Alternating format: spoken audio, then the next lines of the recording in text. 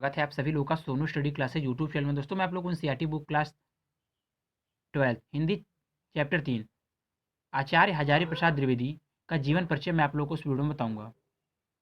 आचार्य हजारी प्रसाद द्विवेदी लेखक का साहित्यिक परिचय और कृतियाँ। प्रश्न नंबर 1, आचार्य हजारी प्रसाद द्विवेदी का संक्षिप्त जीवन परिचय देते हुए उनकी कृतियों पर प्रकाश डालिए, या हजारी प्रसाद द्विवेदी का साहित्यिक परिचय देते हुए उनकी रचनाओं का उल्लेख कीजिए।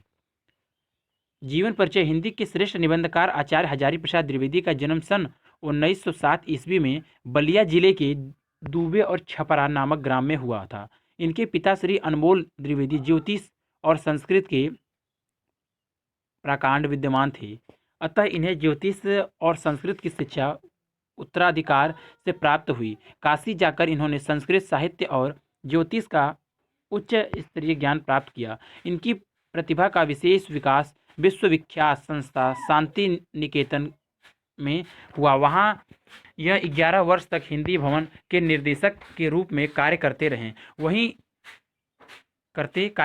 वहीं इनके विस्तृत अध्ययन और लेखन का कार्य प्रारंभ हुआ। सन 1949 ईस्वी में लखनऊ विश्वविद्यालय में इन्हें डी.लिट की उपाधि से तथा सन 1957 ईस्वी में भारत सरकार ने पद्म भूषण की उपाधि से विभूषित किया।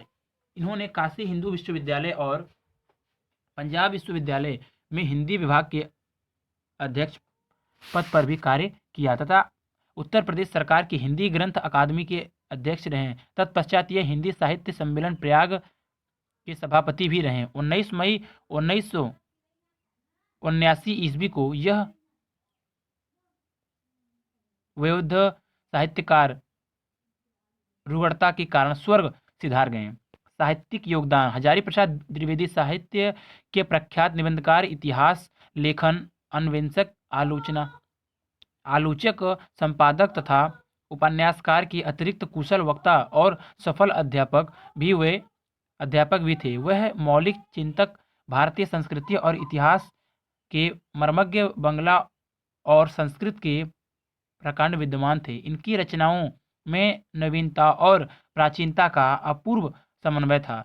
इनके साहित्य पर संस्कृत भाषा, आचार्य रामचंद्र शुक्ल और रविंद्रनाथ ठाकुर का स्पष्ट प्रभाव है। इन्होंने विश्व भारती और अभिनय भारतीय ग्रंथमाला का संपादन किया। इन्होंने अपभ्रंश और लुप्तप्राय जैन साहित्य को प्रकाश में लाकर अपनी गहन शोध दृष्टि का परिचय दिया। निबंधकार के रूप में विचारात्मक निबंध लिखकर भारतीय संस्कृति और साहित्य की रक्षा की। इन्होंने नृत्य प्रति की जीवन की गतिविधियों और अनुभूतियों का मार्मिकता के साथ चित्रण किया है। यह हिंदी ललित निबंध लेखकों में अग्रण्य हैं।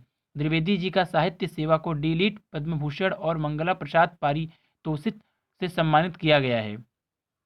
आलोचक के रूप में द्विवेदी जी ने हिंदी साहित्य के इतिहास पर नवीन दृष्टि से विचार किया है। इन्होंने हिंदी साहित्य का आदिकाल में नवीन सामग्री के आधार पर शोधपरक विश्लेषण प्रस्तुत किया है। सूर साहित्य पर इन्होंने भावपूर्ण आलोचना प्रस्तुत की है। इनके समीक्षात्मक निबंध विभिन्न संग्रहों में संग्रहित हैं। उपन्यासकार के रूप में द्विवेदी जी ने 4 उपन्यासों की रचना की है। इनके उपन्यास सांस्कृतिक पृष्ठभूमि पर आधारित हैं। इनमें इतिहास और कल्पना के समन्वय द्वारा नई शैली और उनकी मौलिक प्रतिभा का परिचय मिलता है। रचनाएं। आचार्य द्विवेदी का साहित्यिक बहुत विस्तृत है।